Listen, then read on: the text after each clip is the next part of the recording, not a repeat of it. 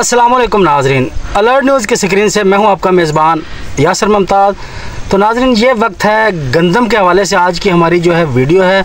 और गंदम में ख़ास तौर पर ऐसे इलाके जहां पर एक तवील नहरी बंदिश के बाद नहरों में पानी आ गया और जो काश्तकार भाई जो है गंदम को पानी लगाने जा रहे हैं, पहला पानी लगाने जा रहे हैं बंदियों के बाद, आज का हमारा व्लॉग उन काश्तकार भाइयों के लिए है।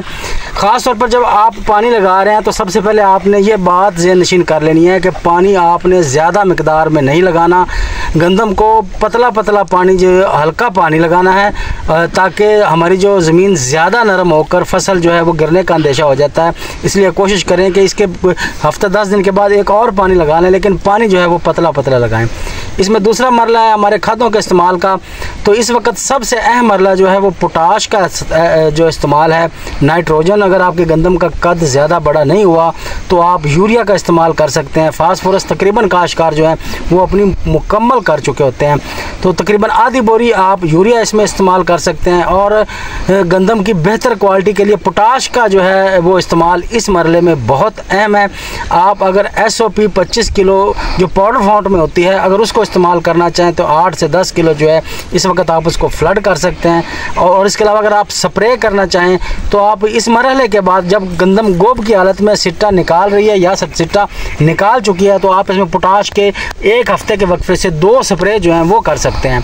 इसके अलावा जिंक सल्फेट और बोरान का इस्तेमाल इस मरले में इंतहाई अहमियत का हामिल है। इस वक्त उसमें उसकी क्वालिटी बेहतर होगी। इसको आप पोटाश में शामिल करके चिलेटेड जिंक को जो है उसका आप स्प्रे कर सकते हैं। और इसके अलावा हमने ख़ास तौर पर जो नज़र रखनी है, इस वक्त हमने गंदे सिट्टे की भराई की तरफ जाना है। पोटाश, जिंक सल्फेट और बोरान से हमारे जो गंदम का सिट्टा है उसकी भराई बेहतर होगी, उसका साइज़ बेहतर होगा। और ख़ास तौर पर पानी के हवाले से जो हम बात करना चाह रहे हैं, अगर इसके बाद आप दूसरा पानी लगाने, ख़ास तौर पर जो रेतले और खुश्क इलाके हैं उनमें इसके बाद 2 पानियों की गुंजाइश है। जब सिट्टा मुकम्मल निकल चुका होता है उस वक्त भी हम एक पानी लगा सकते हैं।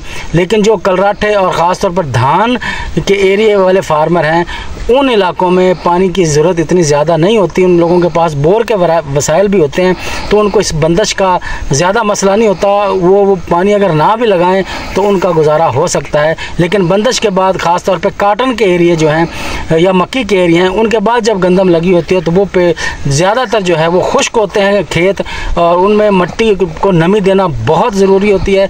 ये पानी जो है इंतहाई अहमियत का हामिल है। इसमें ये 2-3 जो ख़ास चीज़ें मैंने आपको बताई हैं, इस पर अमल करके काश्तकार अपनी जो है गंदम की पैदावार को यकीनी तौर पर बढ़ा सकता है। सबसे आखिर में अपने मेज़बान यासर मुमताज़ को दीजिए इजाज़त। अल्लाह निगहबान।